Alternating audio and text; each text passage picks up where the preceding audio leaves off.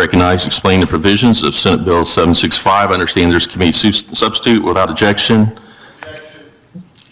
We have objection. Can you state your objection?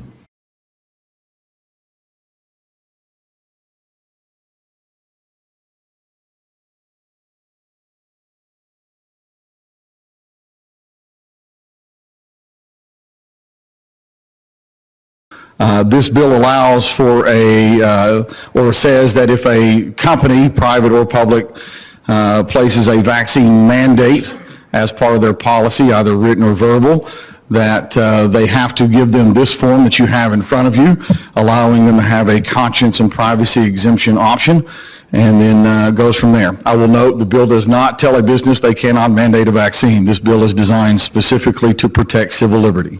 Will there be questions on the committee sub or on the bill? You're recognized. I was wondering, this language looks pretty familiar. Have I seen it anywhere else? Thank you for the question. Yeah, I filed it originally independent and then decided it was better placed in a bill that we had already talked about last year. The reason being, a lot of what we had done last year, a lot of the debate and questions I got are the substance and genesis of this bill. And so I decided a better spot for it would be to be a committee sub here. Follow up. So you filed this language somewhere else? That is correct. Follow up. Would it be unfair to say it's about 99% the same bill that could have been heard in judiciary? No, I would disagree. Taking the language that we had in there that put it in a protected class is a very big change on that bill. City Recorder, you're recognized. Do you feel like you're wasting the time of this committee by allowing this hearing? Do you believe that the floor leader will allow this bill to move forward after subverting what the three people in this room decided was the correct path for this bill?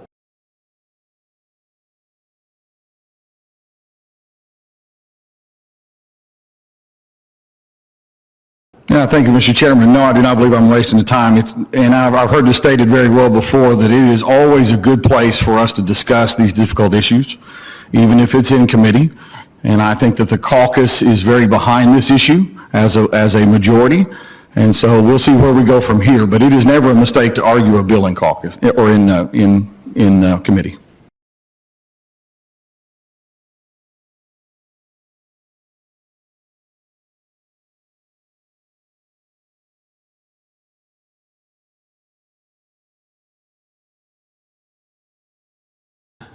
Senator Garvin, let's restate your question.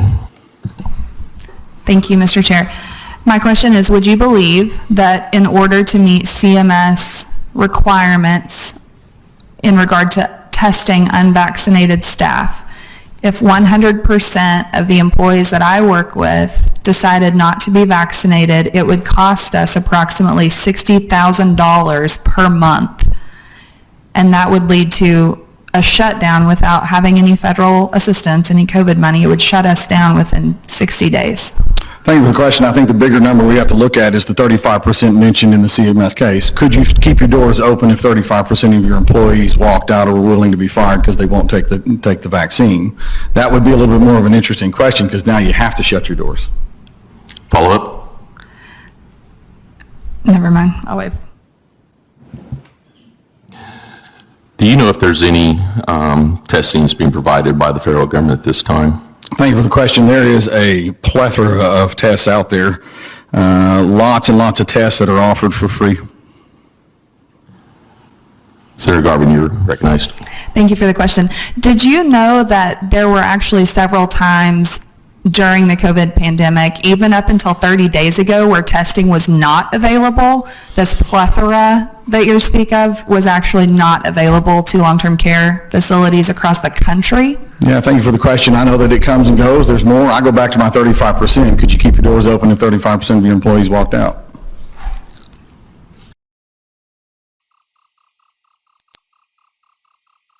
So a couple weeks ago, we had a bill in here that had the same same intent dealing with healthcare. I repeatedly asked questions about the cost to the state of Oklahoma with CMS cutting off funding to those hospitals for not following the rules that they've laid down in order to get Medicare and Medicaid funding. Have you cleared this language through CMS to determine that they are okay with this and would not cut funding off these healthcare facilities? Yeah, thank you for the question. I'm glad you asked that. No, don't need to. Let me explain why.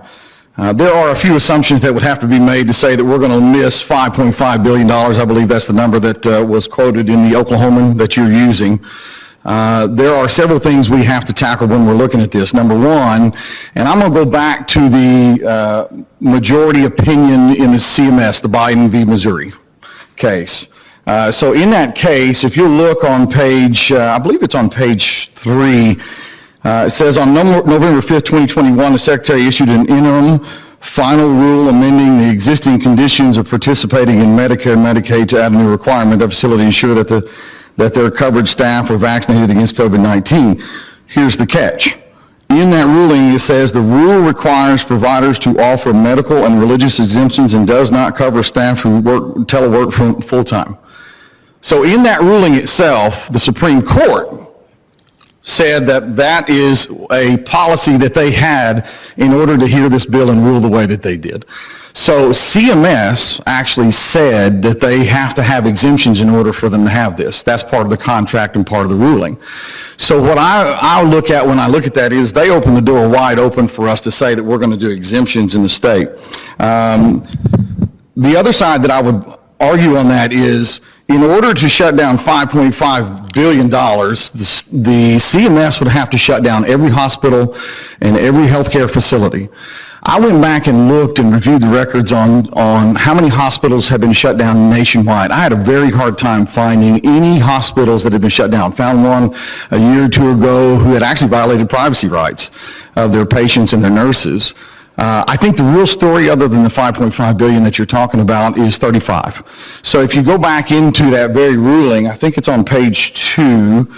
No, it's on page 3 as well. They actually said in there that 35% of the healthcare workers nationwide are refusing to get the COVID-19 shot.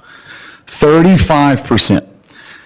Now, the real pandemic is going to hit when CMS comes in and we have not provided a protection for the employees of these facilities.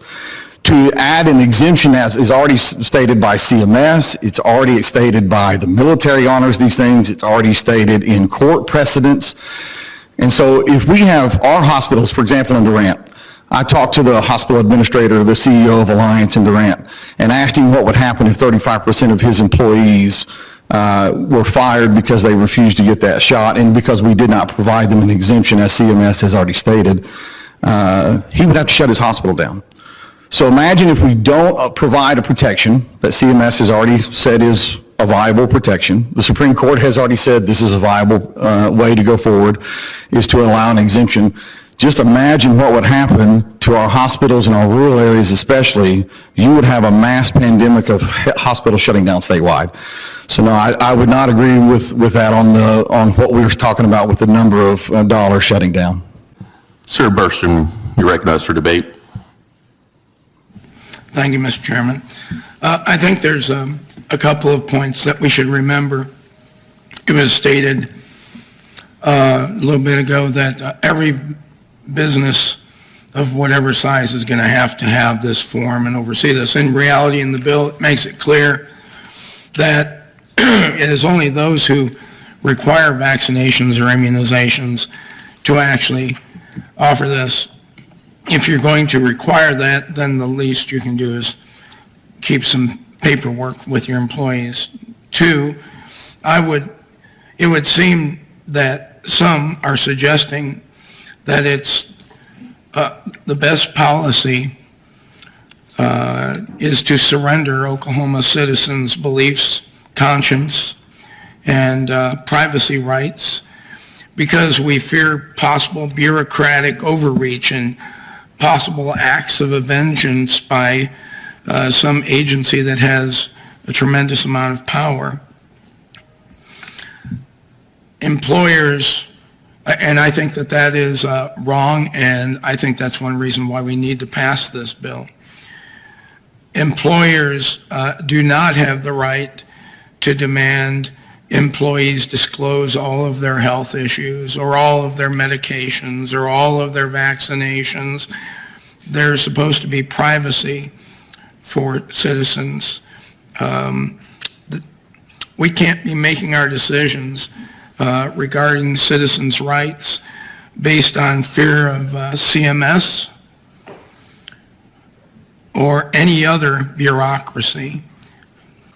Will there be additional debate? Seeing none, Senator Bullard, you're recognized for debate. Thank you, Mr. Chairman. I love the debate. Thank you for the spirited debate. I appreciate it very much. I will echo what my colleague said. There is a mistake in that. In this bill, I made sure that not every employer would have to do this. The only time that this kicks in, the trigger of the bill, is when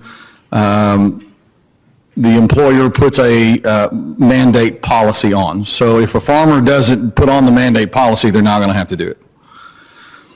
I disagree strongly with the idea that we're going to say that we're going to lose $12 billion if we don't do this. I cannot even fathom them coming in and shutting down one hospital and completely removing it, but could you imagine what would happen if they shut down 2 hospitals in Oklahoma, or 3, or 4, or 5? CMS doesn't have what it takes to do it. Number 2, I'll say this. The bigger pandemic, and I already said this once, but it bears repeating, the bigger pandemic that we face is if we as a body do nothing, because 35% of your employees are not going to get this shot. And when they don't, they have resolved to me and many of us in here that what they will do is they will make you fire them. Now imagine the liability on that company, that hospital, when they fire them, and now we have lawsuits all over the place because they did so. Imagine the repercussions that we will have when hospitals begin to shut down statewide and we have no hospital, let alone a delivery room, because we as a body decided it was better to not do anything. That is an unacceptable situation to me, and here's my struggle. When did we become servants of CMS? If we surrender now, we will forever be in bond servanthood to CMS. There's no way out of it. Benjamin Franklin once said that they who would forego permanent liberty for temporary security deserve neither and will lose both. That is important to remember. Freedoms are never for sale. Let me close with this, and I'm not going to belabor this. William Booth, founder of the Salvation Army, one of the most fascinating men I've ever studied in history, was overheard telling a group of students he had a course that it was supposed to take 6 weeks on evangelism. It took him 6 months to teach the class. And he was overheard by one of his students, and he said, "I apologize that it took this long to teach this class, but if I could show you hell, this class would have taken 5 minutes." Take a body that won't act to protect the privacy rights of citizens, watch your hospitals close, watch your businesses get shut down and sued. We'll see the ramifications of inaction. And I'm begging this body to do something to protect your citizens here and moving forward. And with that, I ask you for your yes vote and to stand proudly with me. Thank you, Mr. Chairman, for your time. I appreciate the opportunity to present.